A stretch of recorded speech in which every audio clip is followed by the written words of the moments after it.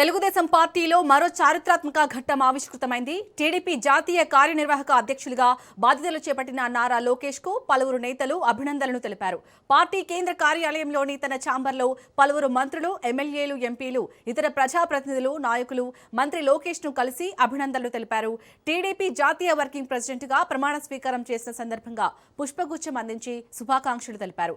కార్యనిర్వాహక అధ్యక్షులుగా నారా లోకేష్ పార్టీని మరింత ముందుకు తీసుకెళ్తారంటున్న మంత్రి కొండపల్లి శ్రీనివాస్తో మా ప్రతినిధి సంతోష్ ఫేస్ టు ఫేస్. ఈరోజు టీడీపీ కేంద్ర కార్యాలయంలో టీడీపీ నూతన కార్యవర్గ కమిటీని అయితే కనుక ప్రమాణ స్వీకారం సీఎం చంద్రబాబు నాయుడు చేపించడం కూడా జరుగుతోంది. అయితే ఇటు యువతకి అదేవిధంగా సీనియర్ నాయకుల కలయికతో అయితే కనుక ఇక ఏదైతే మార్పులు చేర్పులు అనేది కూడా పెద్ద ఎత్తున అయితే ఈ యొక్క నూతన కమిటీలో జరిగినటువంటి పరిస్థితులు కూడా ఉన్నాయి. ప్రస్తుతం మంత్రి కొండపల్లి శ్రీనివాస్ గారు ఉన్నారు, వారితో మాట్లాడిద్దాం. సార్, ఈ యొక్క నూతన కమిటీ ఏ విధంగా ఉంది, ఏ విధంగా ముందుకెళ్ళబోతా ఉన్నారు, మీరు ఏ విధంగా ఇటు ఆ యొక్క కలయికతో ఏ విధంగా ముందుకెళ్ళబోతారు? అంటే ఎప్పుడు కూడా మనం ఒకటే ఆలోచించాలి. అన్న నందమూరి తారక రామారావు గారు పార్టీ స్థాపించినప్పుడు చాలామందికి యువతకు అవకాశం ఇచ్చి ఒక మంచి లీడర్షిప్ ఈ రాష్ట్రానికి ఇవ్వడం జరిగింది.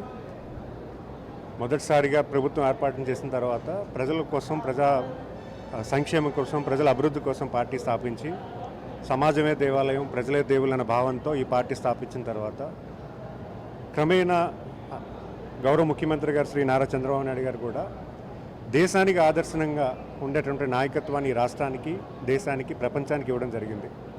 అనేక సంస్కరణలు ఇవ్వడం జరిగింది. ఆయన పరిపాలనలో, ఆయన నాయకత్వంలో డ్వాక్రా సంఘాల నుంచి గూగుల్, నిన్న వచ్చినటువంటి గూగుల్ కానీ ఇవన్నీ కూడా చాలా ట్రాన్స్ఫర్మేషన్ మన రాష్ట్రానికి, మన దేశానికి ఒక మంచి నాయకత్వం ఇవ్వడం జరిగింది.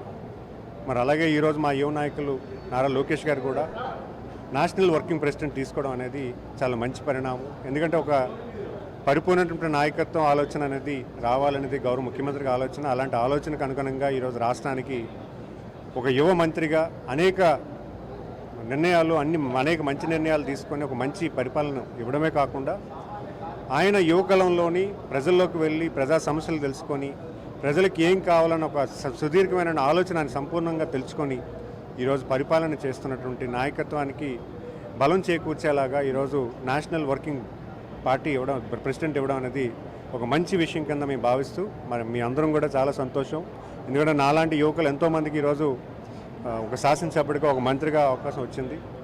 మాకు కూడా చాలా బాధ్యతగా వ్యవహరించాల్సిన అవసరం ఉంది. ఎందుకంటే ఈరోజు ఆంధ్రప్రదేశ్ రాష్ట్ర భవిష్యత్తు కానీ, ఆంధ్ర ప్రజల భవిష్యత్తు కానీ ముఖ్యంగా మంచి లీడర్షిప్ అనేది అవసరం. మరి అలాంటి నాయకత్వం ఇచ్చే దశగా మీ అందరూ కూడా కష్టపడతామని, పార్టీ ఏదైతే విధానాలు ఇస్తుందో, ఆదేశాలు ఇస్తుందో దానికి అనుగుణంగా మేము మలుచుకొని పనిచేయడానికి మేము సిద్ధంగా ఉన్నామని తెలియజేసుకుంటున్నాను.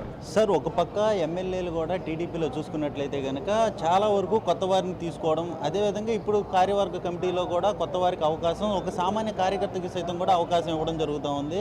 అదేవిధంగా ఈ యొక్క కలయిక, అంటే ఇప్పుడు కలయికతో ముందుకెళ్లడంతో పాటు ప్రతిపక్షాలకు సంబంధించినటువంటి అంశాలు కూడా ఏ విధంగా తిప్పికొట్టబోతా ఉన్నారు. ఎందుకంటే ఒక పక్క పెట్రోల్, డీజిల్ సమస్యలపై కావచ్చు, అనేక విధాలుగా కూడా రాద్ధాంతాలు చేయడం, ఏదైతే ఇటు పెట్టుబడులు వెనక్కి తీసుకెళ్లే విధంగా కూడా వారి ప్రయత్నాలు, అంటే దీన్ని ఏ విధంగా తిప్పికొట్టబోతాం?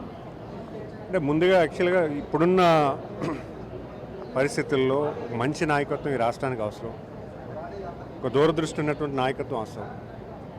ఒక్క ఛాన్స్ అని పరిపాలన తీసుకొని ఈ రాష్ట్రాన్ని 20 సంవత్సరాలు వెనకనేటువంటి నాయకత్వానికి ఎదుర్కొనేలాగా అటు సీనియర్స్ని, జూనియర్స్ని రెండూ కూడా కలుపుకొని ఒక కార్యవర్గ సభను ఇవ్వడం కానీ, మంత్రి శాఖలు ఇవ్వడం కానీ, లేపు ఖచ్చితంగా ప్రజల్లో ఈ ప్రభుత్వం, కూటమి ప్రభుత్వం చేస్తున్న విధానాలు కింద వరకు తీసుకువెళ్ళి ఒక మంచి పరిపాలన ఇవ్వాలనే ఆలోచనతో ఈరోజు అన్ని రకాలుగా ఈరోజు కార్యవర్గ సమితి ఏర్పాటు చేయడం జరిగింది. Thank you.